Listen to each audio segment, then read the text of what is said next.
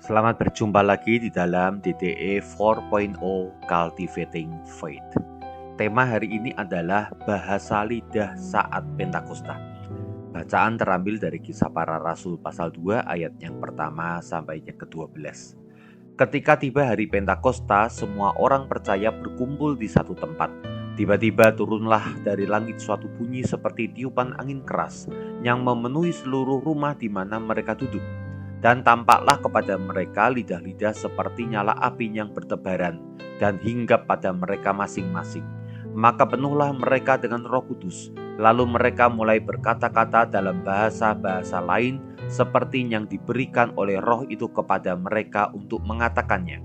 Waktu itu di Yerusalem diam orang-orang Yahudi yang saleh dari segala bangsa di bawah kolong langit. Ketika turun bunyi itu, berkerumunlah orang banyak. Mereka bingung karena mereka masing-masing mendengar rasul-rasul itu berkata-kata dalam bahasa mereka sendiri. Mereka semua tercengang-cengang dan heran lalu berkata, "Bukankah mereka semua yang berkata-kata itu orang Galilea? Bagaimana mungkin kita masing-masing mendengar mereka berkata-kata dalam bahasa kita sendiri, yaitu bahasa yang kita pakai di negeri asal kita?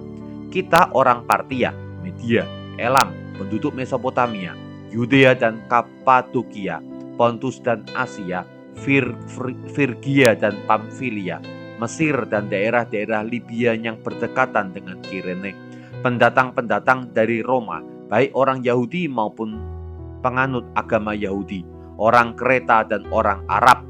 Kita mendengar mereka berkata-kata dalam bahasa kita sendiri tentang perbuatan-perbuatan besar yang dilakukan Allah. Mereka semua tercengang-cengang dan sangat termangu-mangu sambil berkata seorang kepada yang lain, "Apakah artinya ini?" Pertanyaan apakah artinya ini ternyata tidak terjawab tuntas selama 2000 tahun. Sampai hari ini masih saja ada banyak orang Kristen bertanya apakah artinya ini. Hari ini kita akan membahas apa artinya. Ada beberapa hal berkenaan dengan fenomena Pentakosta. Pada waktu Pentakosta terjadi, yang pertama muncul suara tiupan angin keras. Suara tiupan angin keras ini adalah sebuah suara yang akhirnya mengundang banyak orang di wilayah Yerusalem akhirnya datang untuk memenuhi rumah di mana para rasul dan murid-murid sedang berkumpul. Kedua, muncul seperti lidah api yang hinggap di kepala mereka semua. Ini mereka lihat dan saksikan dan menjadi sebuah tanda bahwa hadirat Tuhan turun. Tuhan seringkali kehadirannya dinyatakan seperti nyala api. Contoh ketika Musa berjumpa dengan Allah di semak belukar. Semak belukar itu menyala seperti ada api yang membakarnya. Dan fenomena yang ketiga, mereka berkata-kata dalam bahasa lain. Ini adalah sebuah bahasa yang ada atau muncul di wilayah sekitar Yerusalem. Ini adalah bahasa-bahasa yang banyak sekali yang muncul di negeri-negeri asal di sana. Tiga hal ini tidak terulang dalam sejarah secara bersamaan. Kalau ada acara-acara gereja menjelang Pentakosta yang kemudian memohon supaya mereka yang datang bisa mengalami sekali lagi peristiwa yang sama dengan Pentakosta, bukankah yang mereka harapkan paling maksimal cuma yang ketiga saja? Yaitu mereka akhirnya berbahasa di dalam bahasa asing. Apakah kemudian terjadi suara tiupan angin keras? Sama sekali tidak. Apakah muncul lidah api yang hinggap di kepala mereka masing-masing? Tidak juga. Jadi sebenarnya mengulang peristiwa Pentakosta ini adalah peristiwa yang sia-sia. Bahkan walaupun muncul beberapa situasi yang agak mirip, nanti akan kita bahas di dalam Kisah Para Rasul, namun sesungguhnya apa yang terjadi pada Kisah Rasul pasal yang kedua ini tidak pernah terjadi lagi di sepanjang Kisah Para Rasul pun juga di sepanjang zaman. Hal yang berikutnya adalah berkenaan dengan istilah-istilah yang muncul. Pasal pertama ayat yang kelima kita mendapatkan sebuah istilah baptis dengan Roh Kudus. Pasal 2 ayat yang keempat kita mendapatkan istilah lain, penuh dengan Roh Kudus. Pasal 2 ayat 17 kita mendapatkan istilah yang berbeda lagi, pencurahan Roh Kudus. Kita akan membahas 3 istilah ini pelan-pelan saja supaya kita tidak perlu habiskan banyak waktu ya pada kali lain. Namun catatan hari ini adalah 3 istilah ini kita perlu mengerti maknanya dengan tepat dan benar. Karena kalau salah memaknainya, maka salah pula yang kita kejar dan yang kita cari. Dan dengan demikian, kekristenan kita menjadi kekristenan yang aneh, kekristenan yang tidak alkitabiah, kelihatannya pakai ayat Alkitab untuk mendukung perilaku kita. Padahal bukan itu yang dimaksudkan oleh Alkitab. Itu sebabnya mengapa penting kita memahami pengajaran yang benar. Karena tanpa pengajaran yang benar, walaupun pakai Alkitab, namun bukankah membuat kita salah langkah dan salah arah karena salah menafsirkannya. Hal berikutnya tentang apakah artinya ini berkenaan dengan bahasa roh pada masa Pentakosta. Saya rasa inilah yang paling banyak dibahas oleh orang-orang. Sebenarnya bahasa roh di dalam Pentakosta itu seperti apa? Mari kita melihat dengan teliti, dengan sederhana, ya sebagaimana apa yang dimaksudkan dan tanpa kita menambahkan apa yang ada di pikiran kita. Ya, karena menambahkan apa yang ada di pikiran lalu mencari dukungan di dalam Alkitab, namanya adalah eisegesis, menggunakan kata eise atau mengarang. Ya, esai itu mengarang. Ya, esai kita mengarang ya melalui penelaahan Alkitab, atau kita eksegesis. Ekse artinya mengeluarkan. Eksegesis artinya adalah melihat di dalam Alkitab dan mengeluarkan inti, isi daripada Alkitab itu apa. Kalau eise, kita sebenarnya memasukkan ide kita di dalam Alkitab dan paksa Alkitab untuk mendukung ide kita. Ini adalah hal yang sesat yang menghasilkan pengajaran yang salah.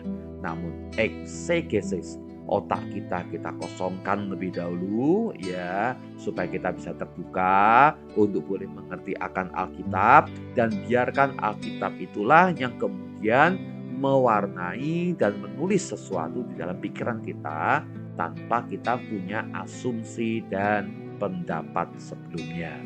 Apa yang dikatakan oleh Alkitab tentang bahasa roh di Pentakosta? Saya ingin memberikan catatan lebih dahulu. Ini adalah bahasa roh yang dicatat di dalam Pentakosta, Kisah Rasul pasal yang kedua. Karena ada catatan-catatan yang lain. Nah, pembahasan kali ini hanya berkenaan bahasa roh pada masa Pentakosta ini. Saya sebut bahasa roh pertama. Ya, jelas di sana dipaparkan bahwa bahasa roh, atau lebih tepat bahasa lidah, glossolalia atau glosa itu lidah, bukan roh. Ya, kalau roh itu pneuma, ya kalau lidah atau logat itu adalah lalia. Glosa, ya glossolalia berarti adalah ya bahasa lidah. Glosa itu lidah, ya lalia itu adalah perkataan-perkataan, ya bahasa lidah di dalam Pentakosta. Ini yang dikatakan. Pertama, dapat dimengerti. Ini adalah sebuah kalimat-kalimat yang membuat perkataan atau glosa yang tidak dipahami oleh orang-orang dari berbagai tempat menjadi semakin jelas. Tercatat minimal ada 15 dialek dan bahasa di sana. Dan orang-orang yang berasal dari bahasa-bahasa asing itu ketika mendengar para rasul berbicara, bukannya tidak mengerti, bukannya tidak jelas. Yang membuat mereka bingung bukan karena kalimatnya itu tidak jelas, tidak dimengerti dan membingungkan. Yang membuat mereka bingung dan tercengang karena mereka mendengar para rasul berbicara demikian jelas sesuai dengan bahasa asal mereka. Jadi mereka bingung. Kok bisa orang-orang Galilea, para nelayan yang tak terdidik, jarang dan tidak pernah belajar bahasa asing, kok bisa mengerti bahasa Arab, bahasa Kapodekia, bahasa Makedonia? Kok bisa? Itulah yang buat mereka bingung dan tercengang. Jadi bahasa lidah pada masa Pentakosta bukan bahasa yang tidak jelas dan tidak dimengerti. Sebaliknya bahasa yang demikian dapat dimengerti dan demikian jelas. Yang kedua, cirinya adalah berupa kalimat-kalimat. Bukan 1-2 kata yang diulang-ulang terus-menerus, melainkan sebuah kalimat terdiri dari rangkaian kata-kata yang membentuk sebuah ide atau gagasan yang jelas yang disebut kalimat. Dari mana kita tahu? Karena ayat 11b mengatakan bahwa mereka yang mendengar para murid itu berbicara, menceritakan perbuatan-perbuatan yang besar yang dilakukan Allah. Artinya kalimat-kalimat, bahkan mungkin rangkaian kalimat atau alinea paragraf, sebuah pokok pikiran atau sebuah gagasan yang muncul dari kalimat-kalimat mereka tentang perbuatan-perbuatan yang besar dari Allah. Atau kalau melihat bahasa aslinya boleh juga diterjemahkan tentang kebesaran daripada Allah. Jadi ada banyak hal yang sering kali kita dengar dari orang-orang atau gereja-gereja atau pendeta-pendeta berkenaan dengan peristiwa Pentakosta yang kalau kita teliti hari ini ternyata menimbulkan banyak hal yang membuat kita bertanya apakah mereka sudah belajar Alkitab dengan benar atau tidak. Mari kita masuk pada sesi diskusinya. Saudara, tahukah bahwa salah pengajaran di gereja itu menimbulkan banyak hal? Perpecahan gereja. Satu gereja menuding gereja yang lainnya. Satu disebut sesat, satu disebut kurang beriman, satu disebut tidak punya Roh Kudus, satu disebut terlalu ngeroh. Perpecahan membuat jemaat bingung. Ada yang merasa sok bangga rohani karena bisa berbahasa lidah, yang lainnya menjadi minder karena tidak bisa berbahasa lidah. Jemaat bingung, mereka akhirnya mengejar, ya harus bahasa lidah, padahal belum tentu dijanjikan oleh Tuhan, bahkan tidak dijanjikan oleh Tuhan. Bahkan membuat gereja-gereja membuat acara yang salah. Ya, 10 hari menjelang Pentakosta, ya mereka berdoa, ya ingin mengulangi peristiwa Pentakosta 2000 tahun yang lalu. Berdoa, bersepakat supaya curahkan Roh Kudus-Mu, curahkan Roh Kudus-Mu. Tapi tidak ada suara angin, bukan? Tidak ada lidah api yang mereka minta. Mereka cuma minta munculnya bahasa roh itu. Salah pengajaran itu menimbulkan banyak luka di antara sesama anggota tubuh Kristus. Maka saya ingin mendorong kita sebagai jemaat yang dewasa untuk mau belajar Alkitab dengan lebih tekun dan teliti.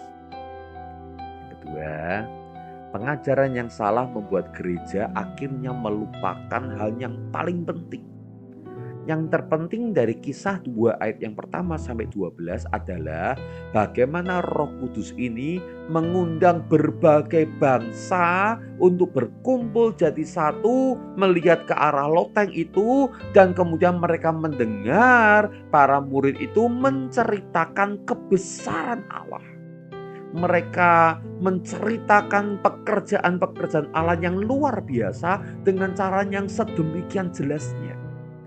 Bukankah ini menjadi relevan dengan kisah pasal yang pertama? Bagaimana Tuhan mengutus mereka untuk menjadi saksi di seluruh penjuru dunia. Maka dimulai di peristiwa Pentakosta. Tuhan yang berinisiatif mengumpulkan seluruh penjuru dunia untuk datang ke loteng itu. Supaya mereka, para rasul, bisa menjadi saksi untuk menceritakan kebesaran-kebesaran Tuhan dengan bahasa-bahasa yang sedemikian jelas sehingga semua orang mengerti tentang Allah yang besar. Dan kita tahu pada akhirnya 3.000 jiwa diselamatkan hari itu karena mereka mendengar tentang perbuatan yang besar dari Allah. Itulah inti dari Pentakosta. Missio Dei, membawa dunia ini bertekuk lutut di bawah kaki Tuhan.